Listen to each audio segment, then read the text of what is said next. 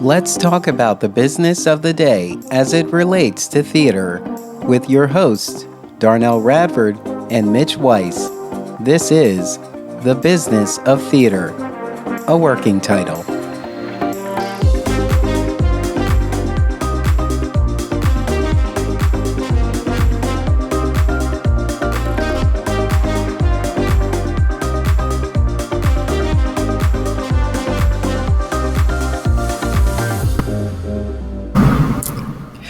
Mitch, I know we're trying to find a working title, but we cannot name the podcast The Business of Theater. Impossible. Things are happening every day. Well, as long as you open with a song, we absolutely can name it that. Because that should be our subtitle, a different song every time, sung by Darnell Radford. Well, I think the title of the episode should be the working title. I just thought of it. I don't know why I never used that, but I think once we're inching up on our 20th episode, so amazing. I think after that I'll start changing it. But it's impossible for a plain yellow pumpkin to become a golden carriage. It's impossible for a plain country bumpkin and a prince to join in marriage. I don't know. And believe it or not, those are famous lyrics. That is really amazing. And I know so many people can quote them. I don't understand why, and God forbid, Andrew Lloyd Webber is trying to make a new one. He couldn't leave well enough alone. We had a good Cinderella that people enjoy, and now he needs his own version. Well, I brought that up because Cinderella is reaching an anniversary, or at least the TV production. Oh, yes. Well, the TV production is very special. Yes. It is one of those few TV productions that live up to your hopes and wishes in theater. It just made me smile from start to finish.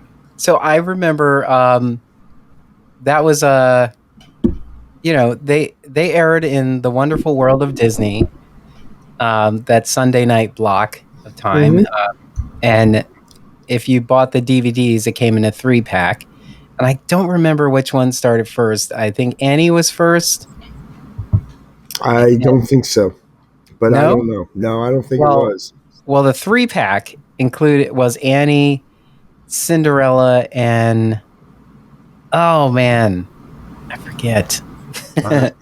You'll have to Google. Yes. I do not know. I'm not a big fan of television musicals. Because, for example, I think Sound of Music is brilliant. But after you've seen it on stage with true stars who can, mesmerize you, and then you see the movie, why do I want to see what looks like a high school production on stage? That's my opinion. And it's really disappointing. That doesn't mean there isn't talent up there, but sometimes you can't do it.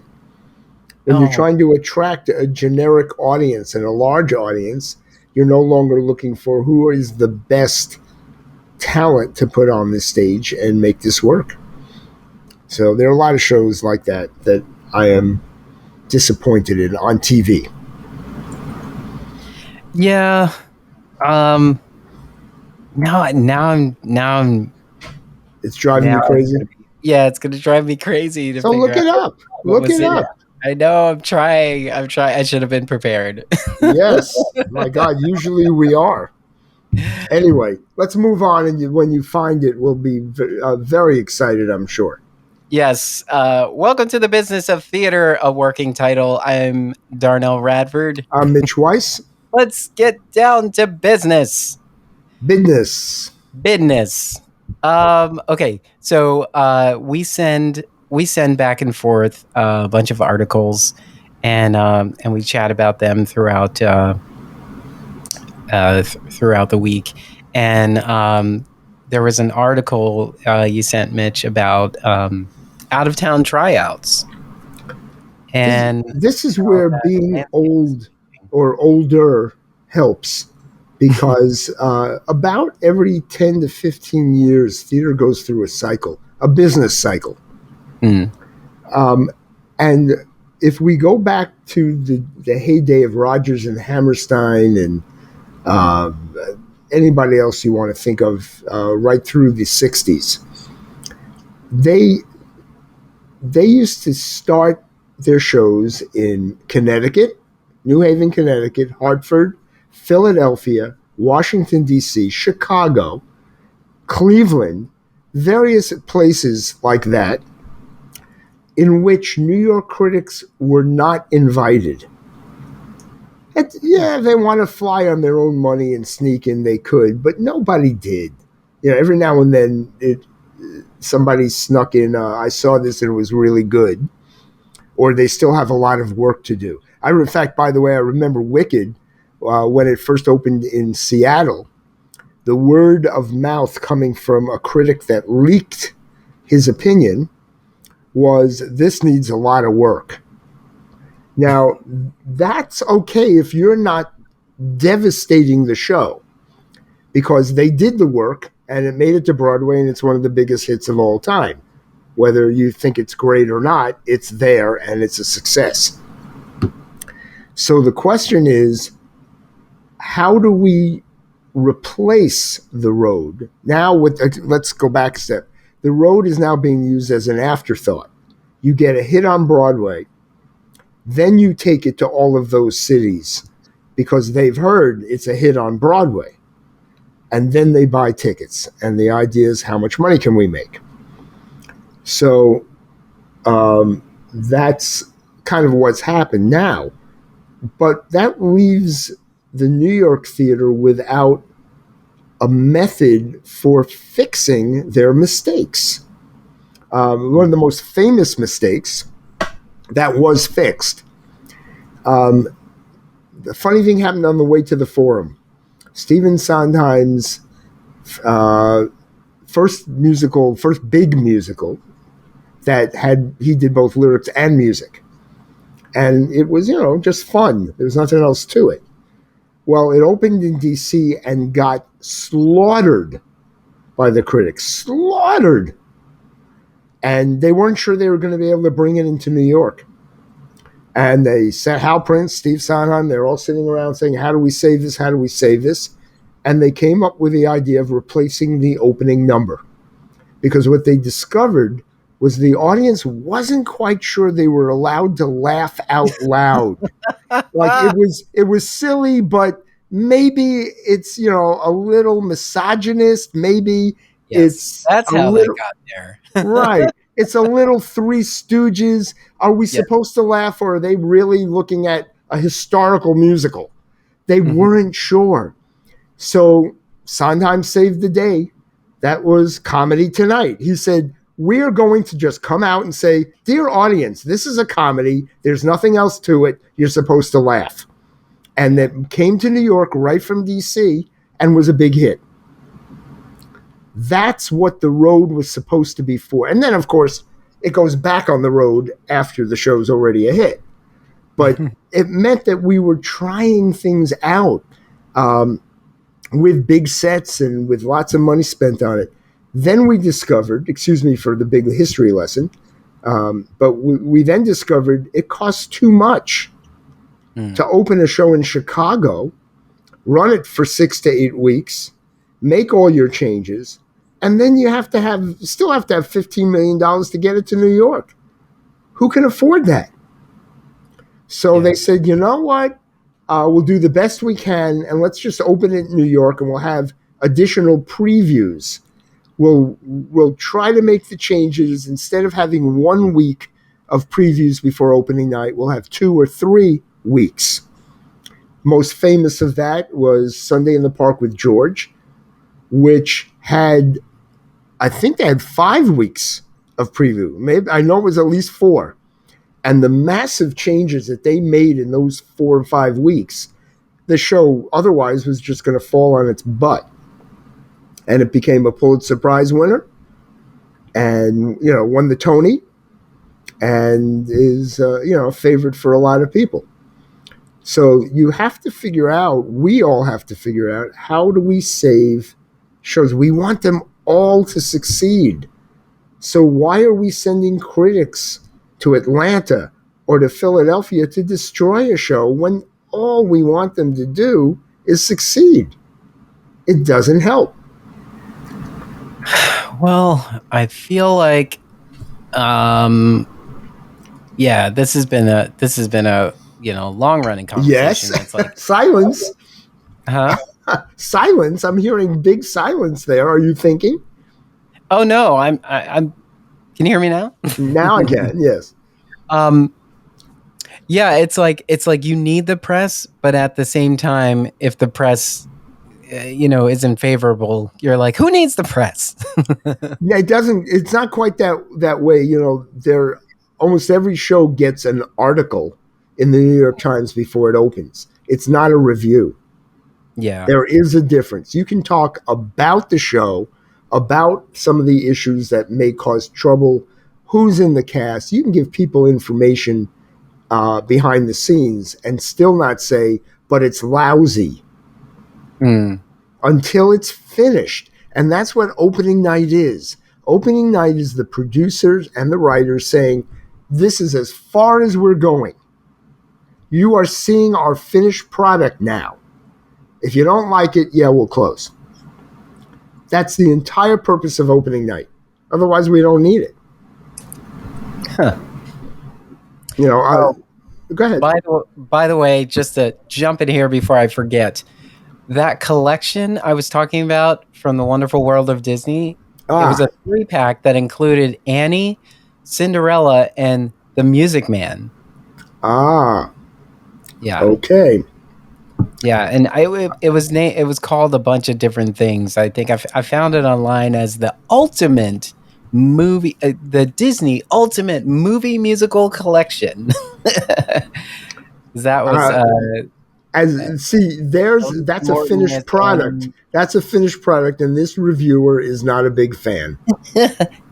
Was it Alicia Morton as Annie and Brandy as Cinderella and Matthew Broderick as Harold Hill? See, and I got to work live theater on Annie Warbucks, which was the replacement for Annie 2. Mm. There was an Annie 2 that hit the road, and they closed before coming into New York. But they didn't want to give up on the idea.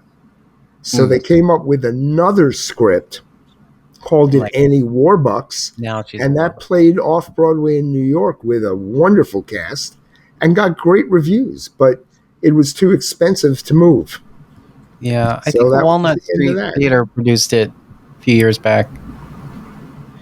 Yeah, actually, I like the script to Annie Warbucks better than Annie. Mm. But hey, it depends on your taste.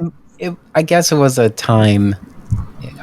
At that time, they all resonated with me, and it actually took me a minute to really get into Cinderella, and I don't know why.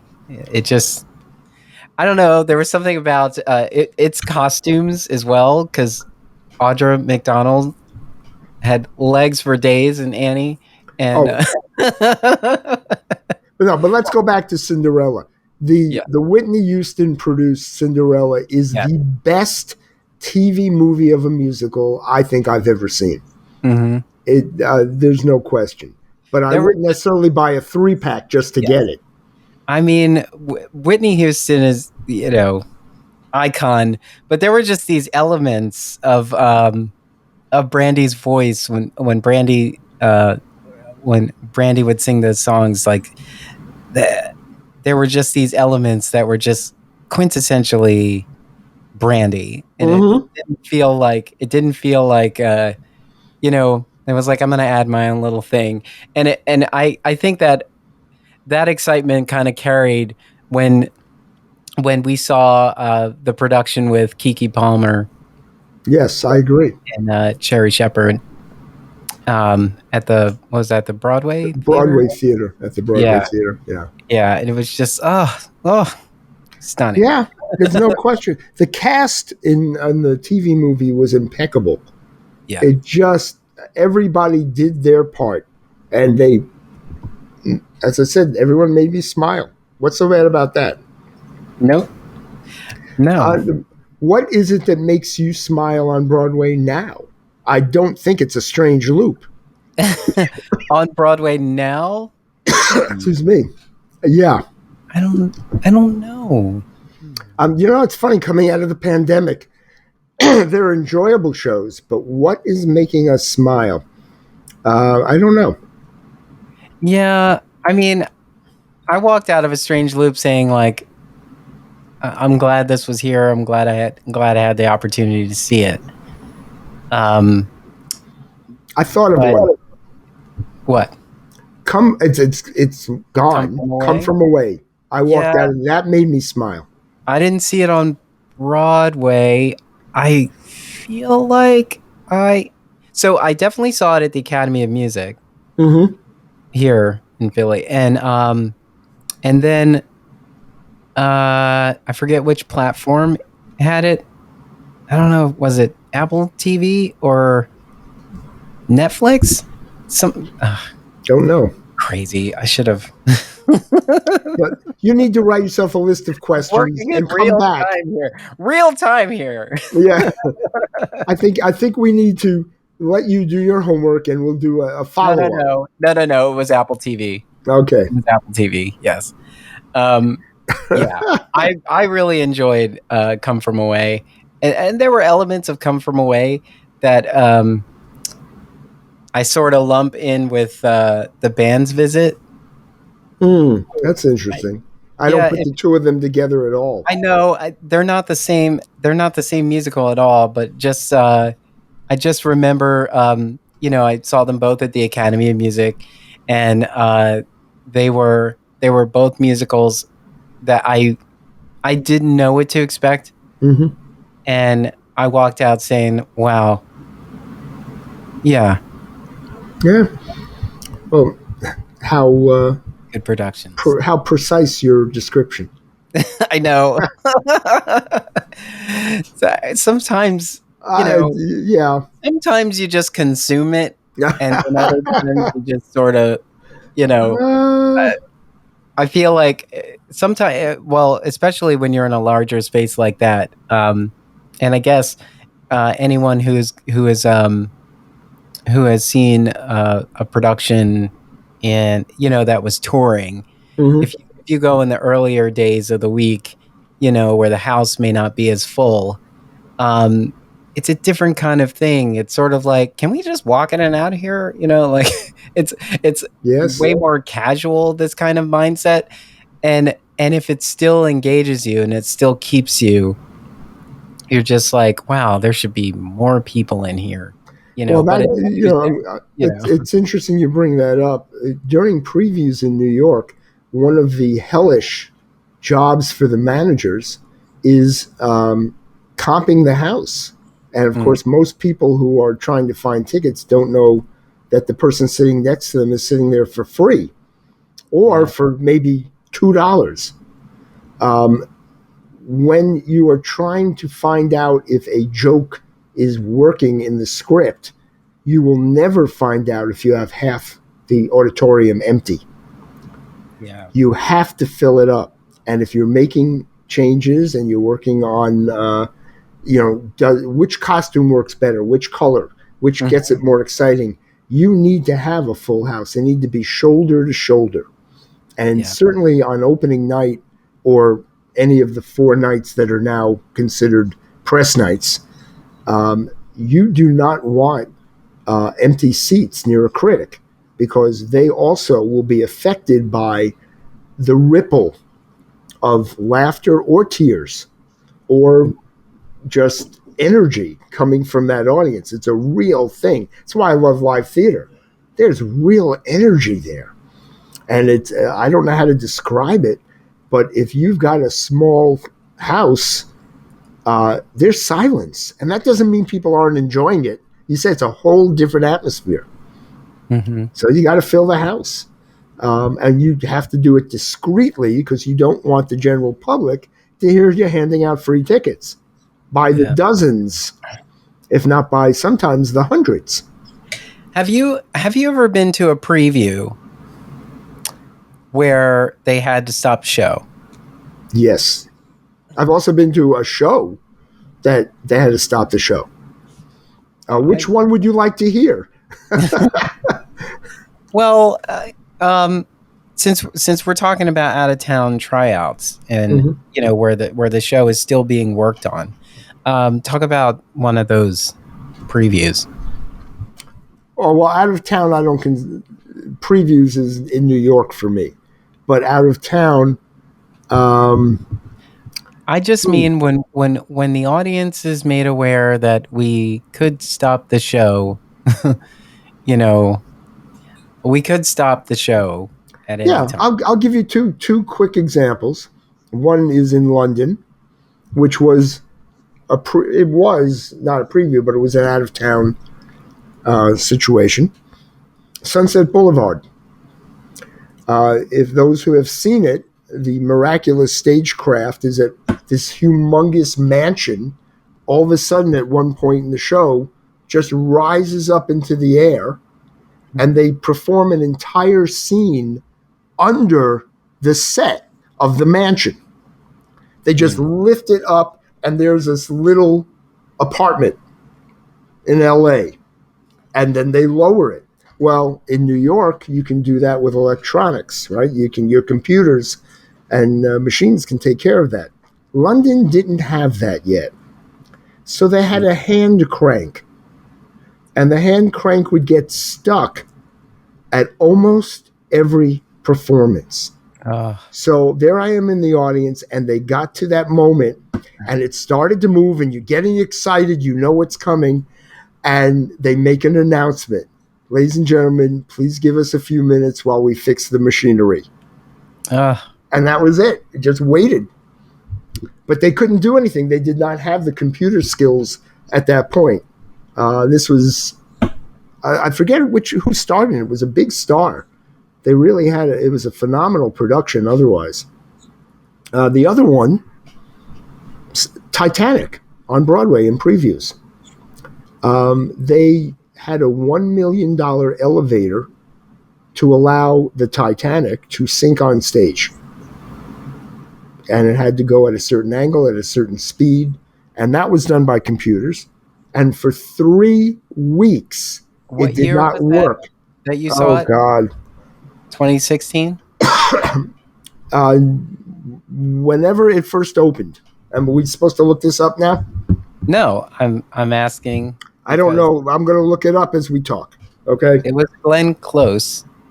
In Titanic, or are you talking about Sunset Boulevard? Sunset Boulevard. I was on the Titanic, buddy. Oh. Titanic. Okay. I'm a little behind. We're working on you. I'll talk to the audience. Audience. 2016, no, it was way before that.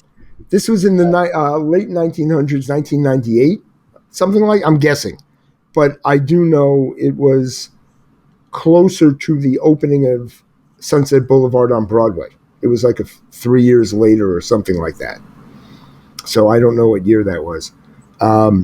Titanic had just started performances at the Lunt-Fontanne Theater.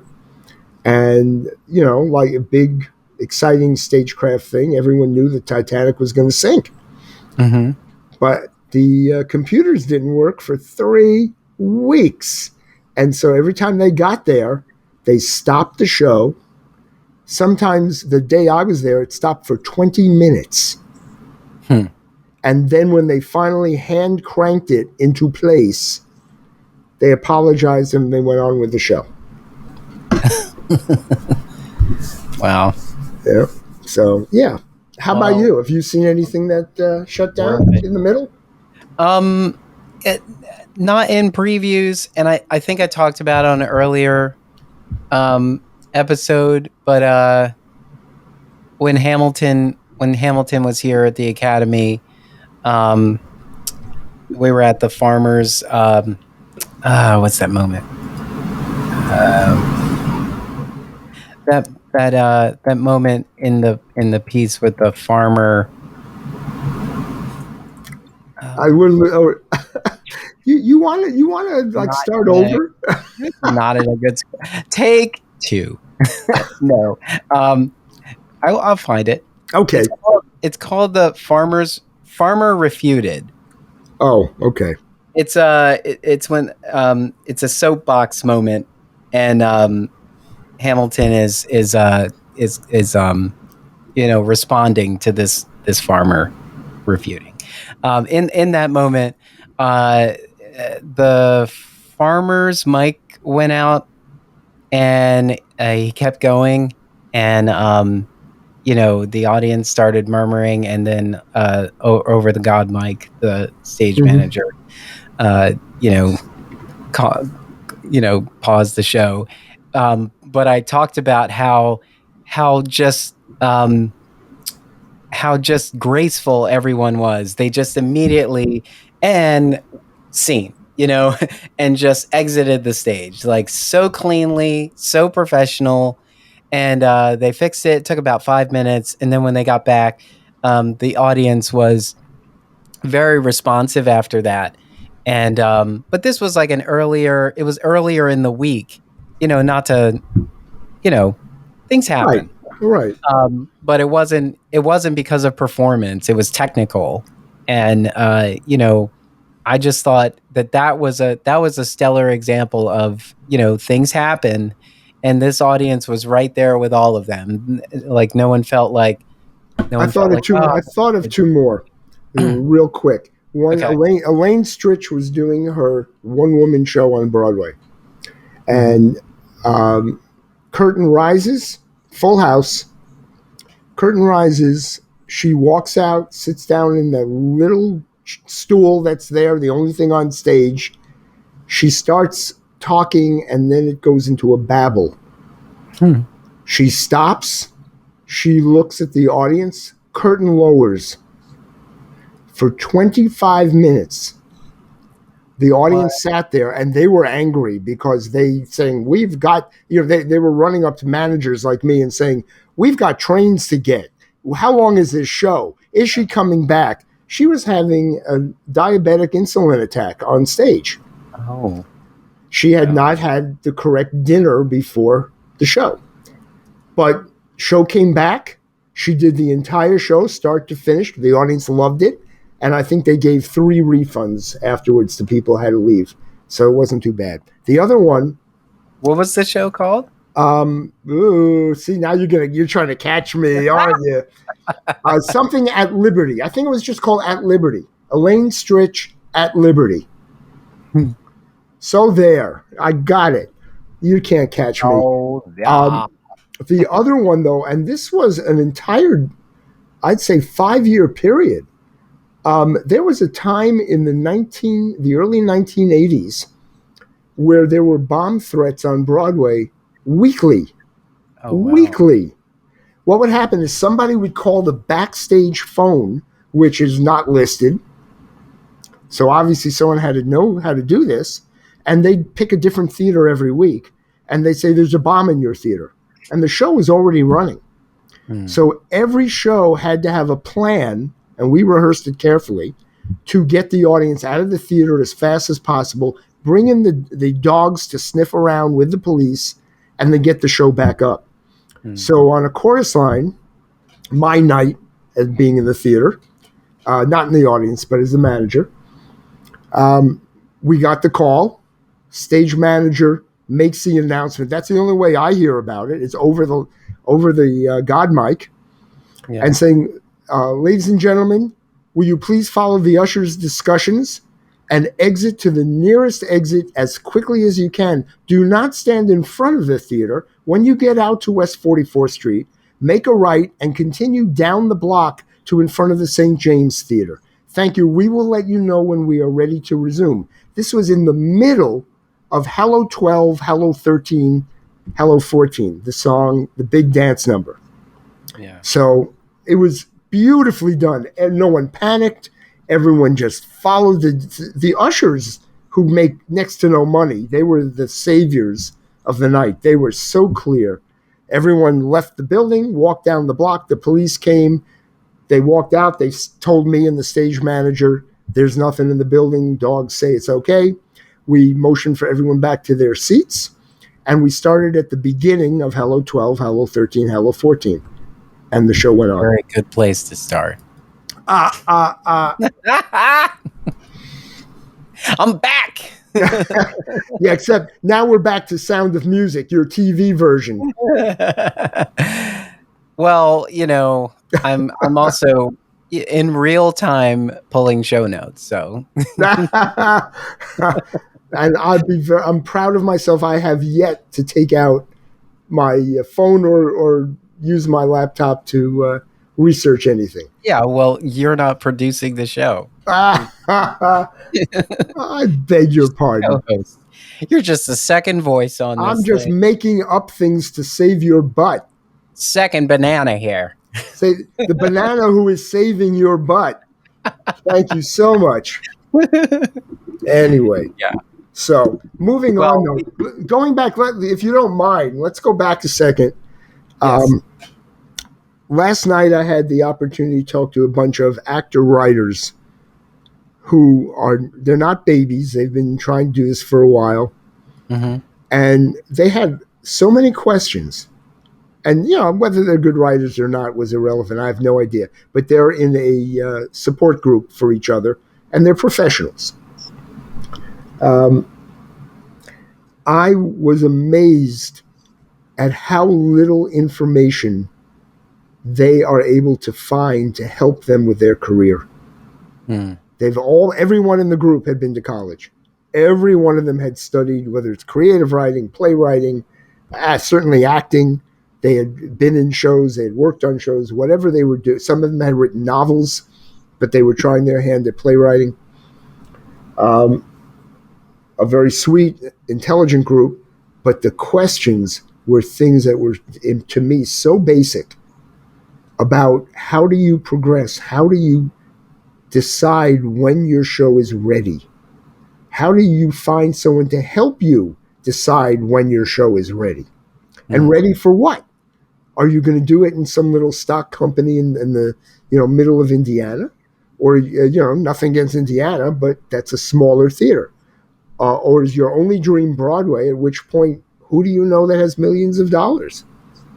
So it looked to me like, although their questions were smart, they didn't know who to ask. Mm-hmm. And that was very, so we were talking about on the road, bringing shows in, working on things.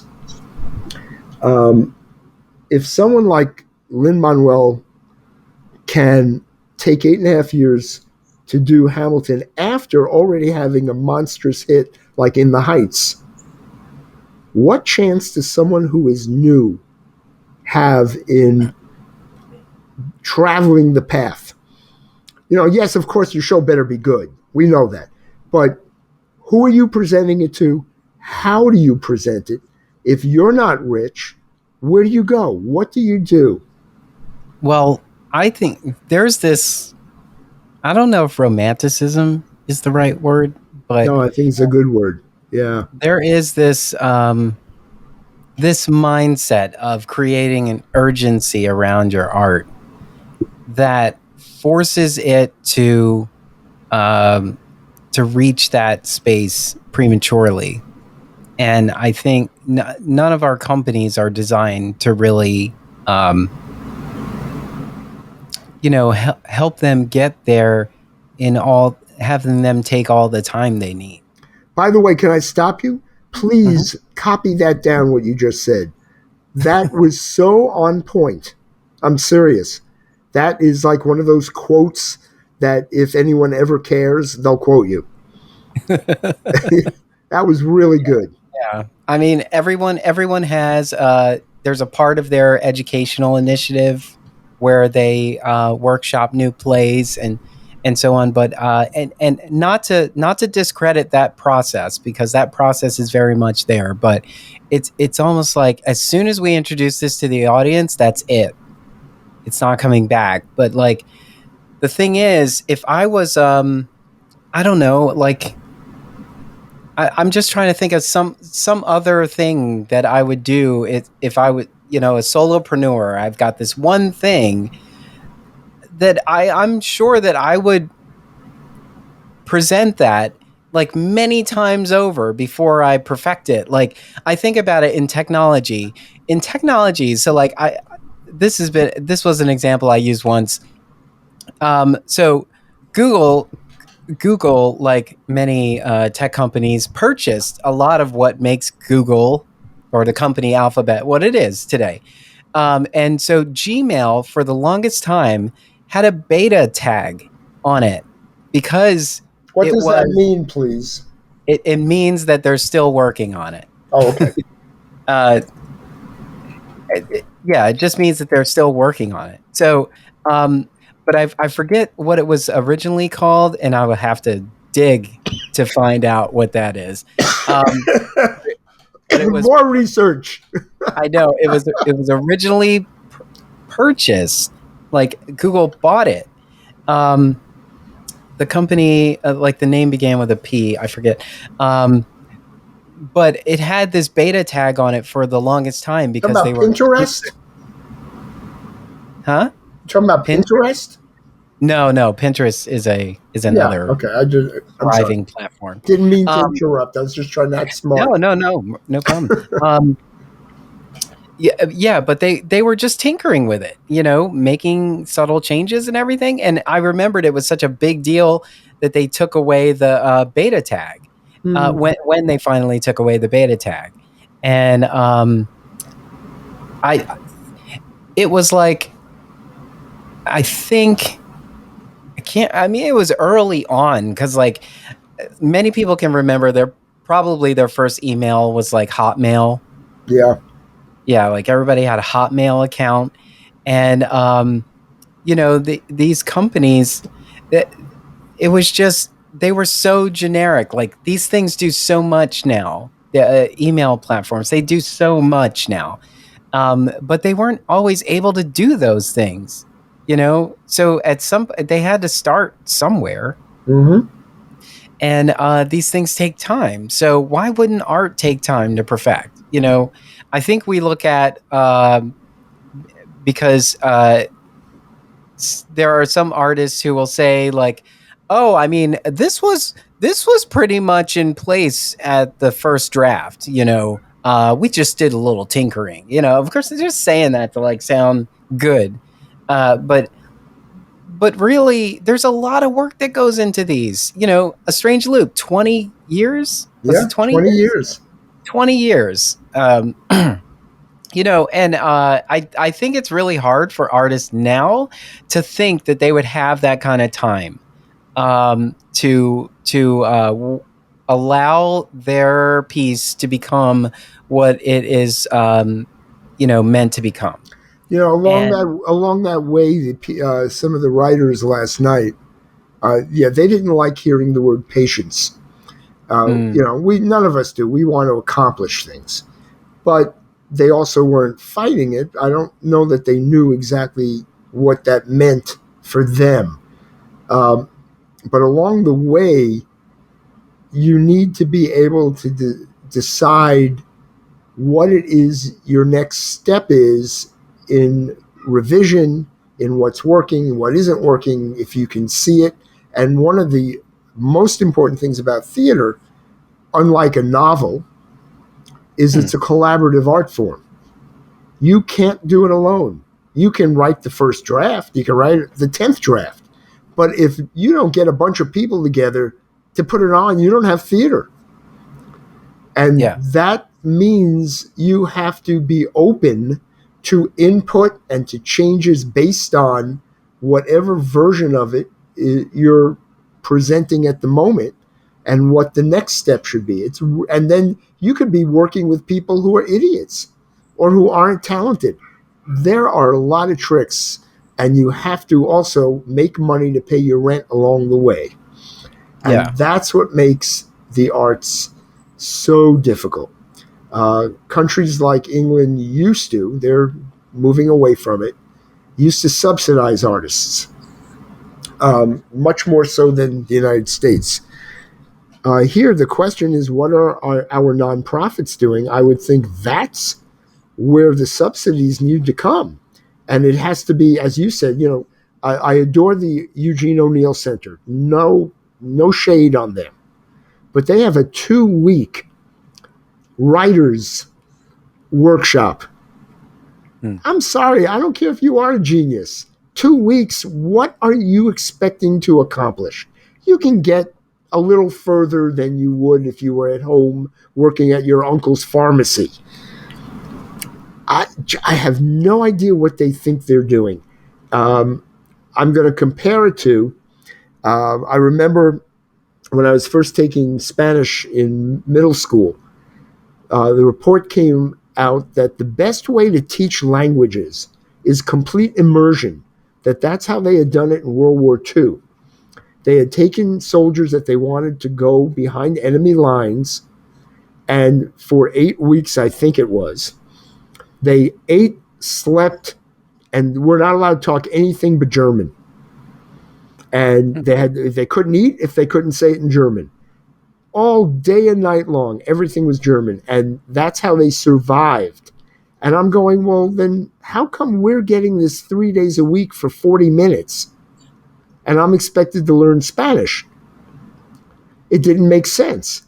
Well, that's what I think is going on with writers. Yeah. I think we've got the wrong system that we've given them.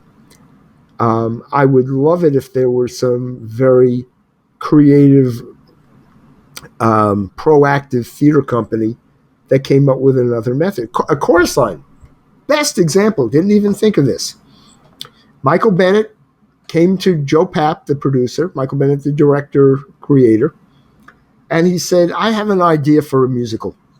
I want to get all these dancers together, and I want them to talk about their experiences. I'm going to tape it and see whether or not we can put something together. Obviously, this isn't going to take one session. What do I do? How do I get? These are people I've worked with. Obviously, I'm not paying them. They're just sitting here talking about their lives. And they came up with the very first equity workshop. It had never existed before that. And the public theater paid them approximately, I'm going to be off by a few dollars, $100, $125 a week for showing up at talk sessions. And they did it for a full year. Guaranteed. And then they brought in someone who knew how to write a script. And they brought in Marvin Hamlish to write music and say, hey, we're getting some ideas here. Why don't you throw in some ideas? And it was done under the auspices of a theater. They came up with something that had never existed. And then we end up with the Pulitzer Prize winning, at one point, the longest running musical in history that most people seem to adore, A Chorus Line. Why are we doing this any other way? Yeah. Yeah. And who's going to be the leader? Darnell, you can be the leader. You can bring this up. We don't have to do it with 20 people at the same time, but you can do it. No, I'm sorry. I put him on the spot. No. That I would love to. Yeah, I was thinking. I was like, and you don't really know where your work is going to. You don't know the path that your work is on when you start, too. So right. That's why I don't understand. Like, there is some value in the urgency, but you have to keep reminding yourself that this is a process, right? And that it will take some time, and that even if this is your fourth reading and you're like, I think we got it. No, it's like, it's almost there, but well, and many shows are good but not great. So at a certain point, you have to stop working on them, or else you give up your life. Yes, absolutely.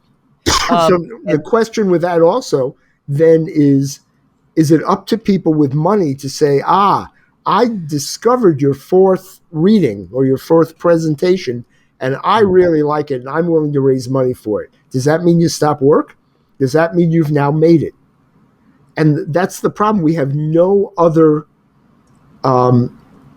method to know whether or not we are going to succeed with a new show until somebody with money says, I'm going to put it on a stage.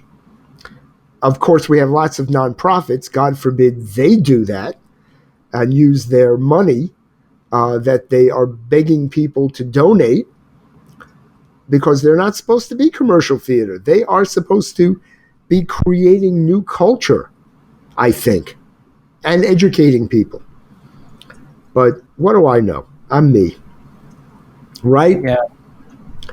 Anyway, Oh, there are people doing it. I don't mean to say not, but it needs to be.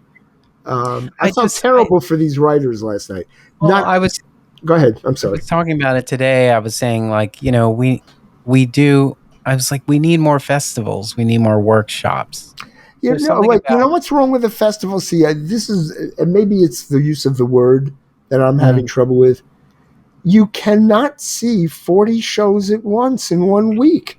yes, I understand that, but most of those shows are in progress. Yes, I'm saying like we need sort of a vehicle that allows the audience to know that these are in various states of progress. You know, that this show may not be perfect, when you but the see it. writers stop writing after they go to the festival. They say no one, said, "Oh, I'm going to raise 15 million to move it to Broadway. Therefore, I might as well give up." Instead of the writer saying, "This is just one step along the way." And the problem is the Yeah. festivals charge the writers to be part of it. That's Hmm. where my complete disinterest in festivals comes from. The writers have enough trouble. Where are Sure. we? The thing I kept telling these writers last night: don't spend a lot of money. If you do it in the backyard and use your kitchen chairs, but you do it for some neighbors, that is more helpful than if you have to rent a theater and worry about the lights being turned on and paying, for the sound equipment or whatever else you're paying for. Don't. Not until it's further along, and let somebody else pay for that. Yeah. Right now, it's about your script. Find the best actors you can, at least feed them lunch, thank them for their work, and then say, I still have a lot of work to do, and then get back to work. Right? Yes. No? Yes. Have I talked you No. out of festivals yet? No. Well, I heard you, and I agree with that. It's not the word festival. It's a dirty word. It's dirty word. This festival. Um, but like there were companies that called themselves a workshop, Mm-hmm. and even though we knew that they were a workshop, we went in there with this kind of mindset that they were a workshop, but were pleasantly surprised at how prepared they were, or Okay. how what a good spot the piece was in. And I just think we're fighting because like there isn't enough infrastructure to support theatrical development. Correct. And so we are rushing things to the stage when we should I- we should be thinking about like how do we give this art more time. Especially, and I'm glad you used the word art form. Most writers that I talk to are thinking about getting a hit. Mm, And my question always is, and it doesn't mean you can't do something that's fun, right? Cinderella, Annie. I mean, you're allowed to have fun. mhm. Um, but the true question is, why are you putting down on paper something out of your guts? Are your guts just, I want to write a television sitcom? Then go write it for TV. But theater, I think we expect more. And the Yeah. question is, I want to know what's on your mind, you, the writer, and I want to feel what you, the writer, have to say. Then you can make mistakes all along the way. Uh, And do we have a clear idea of what an audience is looking for? No. You know, Variety. It's still variety. You have to offer well, the many thing is, things. like, they want to be entertained. Do they want to be entertained, or do they want to be part of a process?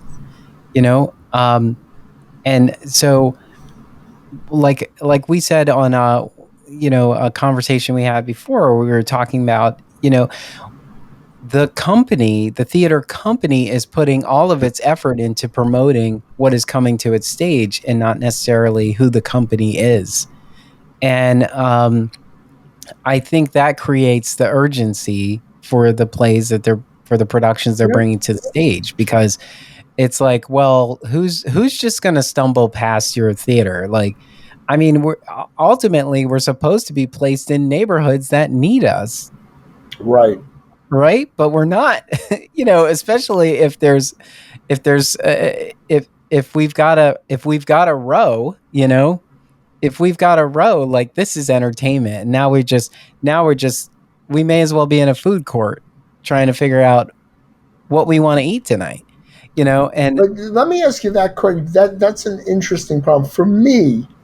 I and this is my experience. So I don't want to knock them all, mhm. but a festival of multiple shows is like going to a food court. I don't know who's in my audience. And Yes. what I want to know who's in my audience so their opinion, I know how to interpret it. Yeah. So that's where it's different. I don't want I'm a generic public there yet. well, I'm saying that now because here in Philadelphia, Fringe Arts recently released their catalog for the festival. Mm-hmm. For the festival. And yes, you're right. There are quite a bit of experiences, and it is a big it's a lot to figure out how much of this you want to consume. One of my colleagues in the community posted something about, like, this is me trying to figure out how I'm going to pay the $45 to see all of my friends' Fringe shows. And I was like, yeah, that's so true. Yeah. you know and we think about, like, is there a list? There's some of our friends put together a grid, like a Yeah. spreadsheet, Mm-hmm. breaking down all the shows. And it's like, okay, so I'm going to this show at 1 o'clock, and then at 3:15 I'm going to this other show, and then I gotta hop in a car share to get across town to go see that other show. And then there's a late night cabaret. But you see, There's for me, that's too not much. entertaining. That's Yeah. pressure. Yes, it is too much. But what I mean, and yes, I'm going to take away festival. We need Okay. to. I don't know if it's like we need to retrain our audience. I don't blame. Look. We know American society is a mess, so I don't want to try to retrain anybody. There are people who get the classics, and there are people who don't. There are people who like to watch The Music Man, and there are people who don't. There are, Shakespeare is not everyone's cup of tea. Some people want to change it inside out. There's a lot of variety out there. What we need to do is to say our artists need to try to send us both entertainment and whatever message their show is supposed to be bringing. And then we can decide if we like it or not, or if we're interested. But we have to allow them to find a way to get it to us. Yeah. And there are look, there are plenty of writers out there, and you and I both know from having read them, who are lousy. So, but then if we had a process which could let them know themselves that they should give up early or move on to the next topic, that would help them. Because writing is not just, I feel like it. I want to, I'm an actor, and now I want to do Rocky and be Sylvester Stallone and star in it. That's 1 in 1 million. And some would question whether that was a good idea in the first place. Um, so who, speaking Gonna of find Philly, out this season. yep. Oh, yeah. Again, having seen Rocky on Broadway, the stagecraft was phenomenal. That's it. They literally, when you spend a lot of money and you have talented designers and technicians, that's what makes Broadway great in so many cases. These people can do anything you ask them to. Harry Potter, there are some effects in there that are cheap, and there are some effects that blow you away. And it's done live. That's amazing. Titanic, they eventually figured out how to sink the Titanic, eventually, right? This stuff is exciting live. The most exciting thing, I'm going to give an advertisement to it, in Vegas, Cirque du Soleil's O. My God, I took my breath away. I couldn't breathe sometimes. But that's not theater per se, although there is theater in it. That's acrobatics. But it was shocking. And I can enjoy that, and I can still enjoy Sunday in the Park with George. I want variety. I want the entertainment. I want your theater company to offer me something that I can't find at a theater company here in New York, because why would I go to Philly to see something I can see in New York? It's that simple. Well, in our proximity to New York, yeah, well, no, but it's a good thing. We are likely to bring you something that was already in New York. Well, that's okay. I didn't see it in New York, or your stuff can move to New York afterward. That's allowed. Yeah. We talked about being on the road. See, we bring this full circle. Trying things out on the road. And Philly is a great community for theater. Again, where is the support that Philly is not trying to be Broadway? This is my interpretation. And I like that about Philly. So the question is, what is Philly in a theater sense to the world versus what is New York? And how do they interact? It would be great to have an idea of what that is, and maybe we could work together. Detroit, when Detroit fell apart, all I could think about is, please, somebody give me $100 million. Let me buy up half of Detroit and turn it into an artist community. Right? That's all I thought of. Everything's dirt cheap. Everything fell apart. There was no money being made. Everything's dilapidated. Let me bring the artists in, let them fix their own housing, give it to them for free, or let them pay rent or whatever you want to do to make your money back, and tell them, and everything here is about your art, and see what happens. That was my goal, but I'm not a multimillionaire, so can't do things like that. Yeah, and one person in the middle of the country won that lottery. Yeah, I know. And again, it's like, if you know what you do with the money before you win it, then you know what to do with it after you win it. Yeah. But most people don't even think about it. It's, I'm buying a second car. Nope. It wasn't even personal.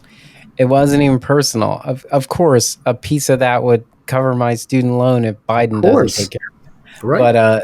But the other part was, I'm going to find places, 50 to 100 seat venues. Well, let's make an appeal. In the old days, people with farms, or people who had warehouses, or people who had some empty office space, would donate it to allow theater to take place, and that turned into professional theater at a certain point. Yeah. But one of the things that I beg, and I can't find anyone to do it, is when you're doing play readings, just having an office say, you can use our conference room at night, free of charge, and you can do your play readings here. That alone would change the entire world for some writers. But Yeah. but where are these people? Not even the theater producers I know who have conference rooms would offer that. Well, the Pennsylvania Renaissance Fair, Yeah. they have like it's a winery. The property that they're on is a Okay. is a winery, and um, there are several stages on on the property. And you don't always think about it because you're just walking from, I'm going to go to this one show, I'm going to go to this other show, and you just show up. You paid a general admission to get in, and you just go to whichever ones work your schedule. Right. And when you think about it, you're like, wow, there's a lot of theater going on here. And, that kind of thing is a really great idea. Yeah, I agree. And I'm surprised. I'm hoping it's only because of the pandemic that is slowing us up. I'm hoping these old ideas can be new again. Here's your song cue. Right? Everything old is new again. Everything. We can create a road that brings theater in. It just doesn't necessarily have to be a big city and a big theater. Right? Yeah. We can find a school principal if they're allowed. And I understand there's insurance needed, but there is very inexpensive insurance available. And I've used it. I have it. Yeah, well, there you go. So nobody should have that for an excuse. But if you have a school auditorium, there's too many links in the show notes. Anyway, it's time for us. We hit the hour mark. We talked about a lot. Yes, we did. I want to apologize if I didn't seem completely on today. Hopefully they got past your first 20 minutes. Yeah. Got some news before we went live and had to shake it so I could focus on this. But and now we'll go back to it because it's important. Anyway, Darnell, this is Mitch Weiss, and this is The Business of Theater, a working title. And I'm Darnell Radford. Have a wonderful weekend. See you at the theater. See you at the theater. Yes.